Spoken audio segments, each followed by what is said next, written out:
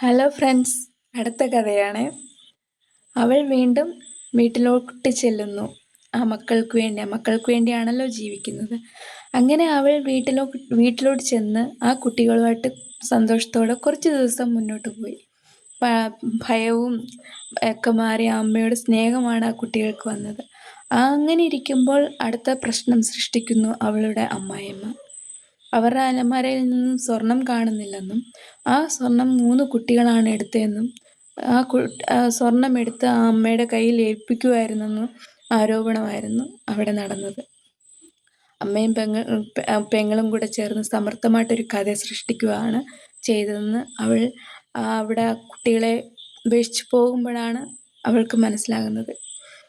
അങ്ങനെ ആ കുട്ടികളാണ് സ്വർണം എടുത്തതെന്ന് അവർ പറഞ്ഞപ്പോൾ ആ അമ്മയ്ക്ക് പൂർണ്ണമായിട്ട് സങ്കടവും ദേഷ്യവും വന്ന് ആ കുട്ടികളോട് ചോദ്യം ചെയ്യാൻ തുടങ്ങി. അവർ പറയുന്നുണ്ട്, അമ്മേ ഞങ്ങൾ എടുത്തിട്ടില്ലെന്ന് കരഞ്ഞുകൊണ്ട് പറയുന്നു. ഇവർ ഉറച്ച നിലപാടിൽ തന്നെ ഇവർ തന്നെയാണ് സ്വർണം എടുത്തത്, ഈ 3 കുട്ടികളാണ് സ്വർണം എടുത്ത് നിന്റെ കയ്യിലോട്ട് ഏൽപ്പിച്ചെന്ന് പറഞ്ഞിട്ട് ഉറച്ച നിലപാടിൽ എടുത്തപ്പോൾ അവരുടെ അമ്മ അവരെ മുട്ടിൽ നിർത്തി ചോദ്യം ചെയ്തു. നിങ്ങൾ സ്വർണം എടുത്തിട്ടുണ്ടെങ്കിൽ പറയണം, ഇല്ലെങ്കിൽ അത് പോലീസിൽ കേസായി ദുർഘട പാഠശാലയിൽ വിടേണ്ട അവസരം വരുമെന്ന് ഭയപ്പെടുത്തുന്നു ആ അമ്മ. എന്നിട്ടും ആ കുട്ടികൾ പറയുന്നു, അമ്മേ ഞങ്ങൾ എടുത്തിട്ടില്ല, ഞങ്ങൾക്കറിയില്ല എന്ന് പറഞ്ഞിട്ട്. അവിടെയും ആ അമ്മായിയമ്മ ഇവർ തന്നെയാണ് എടുത്തതെന്നും പറഞ്ഞ് ഉറച്ച നിലപാടിലെടുത്തപ്പോൾ ആ അമ്മയ്ക്ക് മെൻ്റലായിപ്പോയി. ആ കുട്ടികളെ ഉപേക്ഷിച്ച് അവരുടെ അച്ഛൻ പോയി 5-6 വർഷം കഴിഞ്ഞിട്ടുള്ള ഈ ഒരു വീട്ടിൽ കയറി വന്നിട്ട് ഈ ഒരു പഴി കേൾക്കാനായിരുന്നോ എന്നുള്ളൊരു സങ്കടമായിപ്പോയി. ആ കുട്ടികളെ ഒരു നോട്ടം കൊണ്ടുപോലും നോവിക്കാത്ത ആ അമ്മ മുട്ടിൽ കുത്തി അവരെ ചോദ്യം ചെയ്യേണ്ട നിലപാടിലാക്കി കളഞ്ഞു അച്ഛനും അമ്മുമ്മയും അപ്പച്ചിയും കൂടെ ആ കുട്ടികളുടെ. അങ്ങനെ ആ അമ്മ പൂർണ്ണമായിട്ടും മെൻ്റലായി. ആ കുട്ടി പൂർണ്ണമായിട്ടും മെൻ്റലായി. ആ ഒരു തക്കം നോക്കി അവൾക്ക് വടി കിട്ടിയില്ല. അവൾക്ക് കിട്ടിയത് ഓലത്തുംചാണിയുടെ ഒരു മടലായിരുന്നു, ഉണങ്ങിയ ഒരു മടൽ. ആ ഒരു തക്കം നോക്കി അമ്മ പറഞ്ഞു വീഡിയോ പിടിച്ചുകൊള്ളാൻ. അങ്ങനെ പെങ്ങൾ സമർത്ഥമായിട്ട് വീഡിയോ പിടിച്ചത് മാത്രമല്ല, അത് ഫേസ്ബുക്കിലും യൂട്യൂബിലും ഇൻസ്റ്റാഗ്രാമിലും പലർക്കും അവരയച്ചു കൊടുത്തു. പലരും അവളെ വല്ലാതെ ആക്ഷേപിച്ചു, വഴക്കുകൾ പറയുകയും അസഭ്യം പറയുകയൊക്കെ ചെയ്തു. കൊല്ലുന്ന അമ്മയാണ്, അടിക്കുന്ന അമ്മയാണ്, ഇവളെയൊക്കെ ഭൂമിയിൽ വെച്ചേക്കാൻ കൊള്ളരുത്, ഇവളെയൊക്കെ കൊല്ലണം, ഇവക്ക് ഇതല്ല ഇതിനപ്പുറം വേണം എന്നുള്ള ആ ഒരു പേരുകൾ കേട്ട് വീണ്ടും അവൾ ആ റൂമിനകത്ത് അടഞ്ഞുകൂടി.